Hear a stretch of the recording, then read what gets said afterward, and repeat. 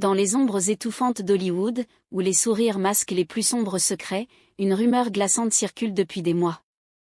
Jamie Foxx, l'homme aux 1000 talents, a frôlé la mort. Un mystérieux malaise l'a terrassé, l'a plongé dans le coma, et quand il en est revenu, il n'était plus tout à fait le même aux yeux du monde. Des voix anonymes sur les réseaux ont murmuré l'impensable: clonage, empoisonnement, règlement de compte. Et au cœur de cette tempête, un nom revient sans cesse, comme une ombre menaçante: Sean Combs, plus connu sous le nom de Puff Daddy. Diddy. Remontons le fil du temps. Au début des années 2000, un jeune Jamie Foxx, encore en quête de gloire dans la musique, gravit les marches du pouvoir en fréquentant les soirées légendaires de Diddy.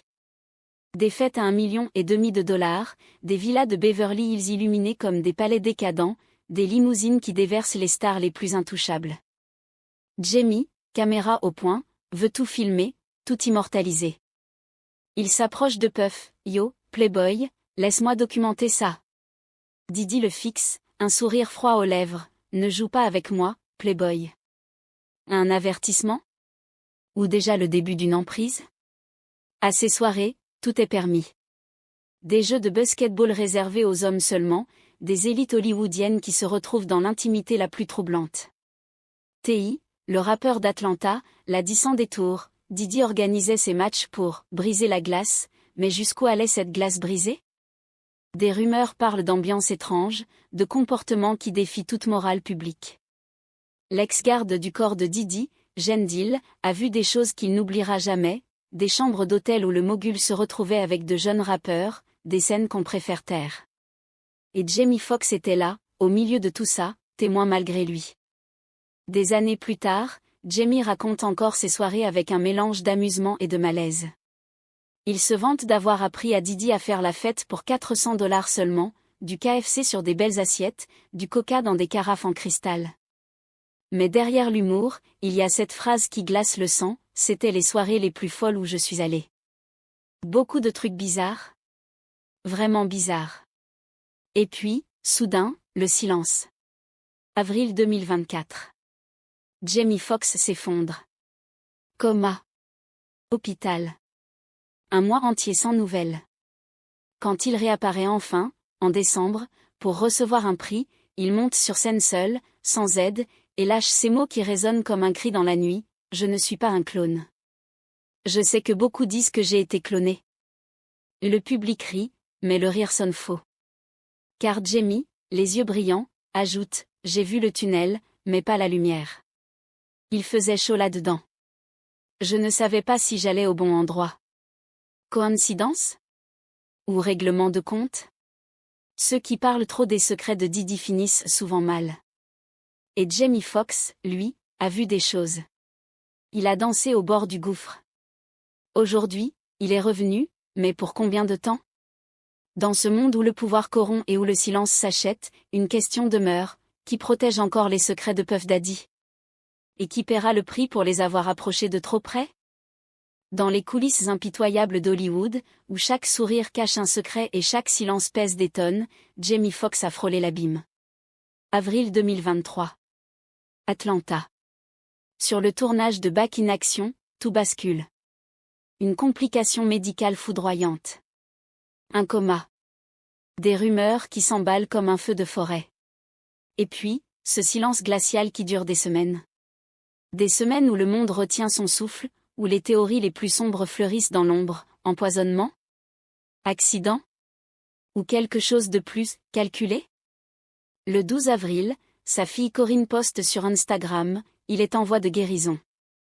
Mais les jours passent, et Jamie reste invisible. Les scènes du film sont annulées. Les extras renvoyés chez eux. Hollywood tremble. Kerry Washington, Viola Davis, LeBron James, tous postent des messages de soutien, des prières, comme si une menace invisible planait au-dessus de leurs frères d'armes. Le 17 avril, on apprend qu'il est toujours hospitalisé, soumis à une batterie de tests. Les médecins cherchent. Ils cherchent ce qui a failli l'emporter. Et puis, lentement, la lumière perce les ténèbres. Le 21 avril, il est réveillé. Conscient. Stable. Mais le mystère reste entier. Mai arrive, Et TMZ sonne l'alarme, priez pour lui. Il est toujours à l'hôpital. Sa fille doit quitter son poste de DJ sur Beat Shazam. Nick Cannon prend le relais. L'angoisse monte d'un cran. Enfin, le 3 mai, Jamie brise le silence. Un post Instagram, merci pour vos prières. J'ai traversé l'enfer, mais je vais mieux. Le lendemain, Corinne contre-attaque, mon père est sorti de l'hôpital depuis des semaines. Il jouait même au pickleball hier. Les médias inventent tout. Et là, l'annonce choque, un nouveau show avec sa fille, We Are Family. Comme si rien n'avait eu lieu. Comme si le danger était passé. Mais le 15 mai, la vérité éclate au grand jour, Jamie est transféré dans un centre de réhabilitation ultra spécialisé à Chicago. Un lieu où l'on soigne les AVC, les traumatismes crâniens, les lésions graves. Sa famille vient le voir. Fleurs. Guitare. Sourire forcé devant les paparazzi. Et puis, le coup de tonnerre, Mike Tyson, sur un podcast, lâche la bombe. J'ai entendu dire qu'il a fait un AVC. Un AVC. À 55 ans. Et Tyson d'ajouter, la voix grave, la vie peut basculer en un instant. Jamie revient sur scène en décembre, les yeux encore marqués par l'épreuve. J'ai vu le tunnel, pas la lumière. Il faisait chaud là-dedans. Et là, il livre son message, presque comme un avertissement, j'ai un nouveau respect pour la vie. Pour mon article. Ne laissez jamais personne vous prendre votre article. Ne abandonnez jamais. Parce que quand vous réalisez que tout peut s'arrêter, comme ça. Il claque des doigts. Le silence tombe. Dans cette industrie où les puissants protègent leurs secrets à n'importe quel prix, Jamie Foxx est revenu d'entre les morts. Plus fort. Plus conscient. Mais ces mots résonnent comme un écho lointain, qui a voulu le faire taire? Et pourquoi, après avoir dansé si près du gouffre, insiste-t-il autant pour qu'on protège son art? Dans l'ombre, les questions persistent. Jamie a survécu. Mais à quel prix? Et qui veille encore sur ceux qui osent trop en voir? Dans les abysses sombres d'Hollywood, où les empires se bâtissent sur des secrets inavouables et où le silence vaut plus que l'or, une tempête a éclaté. Jamie Foxx, ce survivant miraculé, a frôlé la mort en 2023. Un AVC fulgurant, causé par une hémorragie cérébrale. Il l'a révélé lui-même, un simple mal de tête qui a tout emporté. Des semaines de coma, une rééducation acharnée, et des rumeurs qui ont enflammé la toile comme un incendie incontrôlable. D'abord, les voix isolées, Mike Tyson murmure qu'il a entendu parler d'un AVC. Puis, les théories folles explosent. Un podcasteur affirme que c'est le vaccin Covid, imposé sur un tournage, qui a provoqué un caillot sanguin. Paralysie partielle, c'est cité. Des allégations démenties vigoureusement par l'entourage de Jamie, complètement faux. Les fact-checks tombent comme des couperets, aucune preuve, juste des ragots amplifiés par les extrêmes. Mais le vrai poison, c'est cette rumeur persistante, Jamie en savait trop. Trop sur les fêtes dépravées de Didi, ces soirées où les masques tombent et où les élites se perdent dans l'excès. Des matchs de basketball entre hommes seulement, des ambiances étranges. Et si Jamie, témoin involontaire, avait été réduit au silence? Les murmures parlent d'empoisonnement, de règlement de compte. Pourquoi? Parce que au même moment, l'empire de Sean Combs s'effondre. Novembre 2023, Cassie Ventura porte plainte. Des années d'abus, de violence, de viol. Un règlement rapide, mais la boîte de Pandore est ouverte.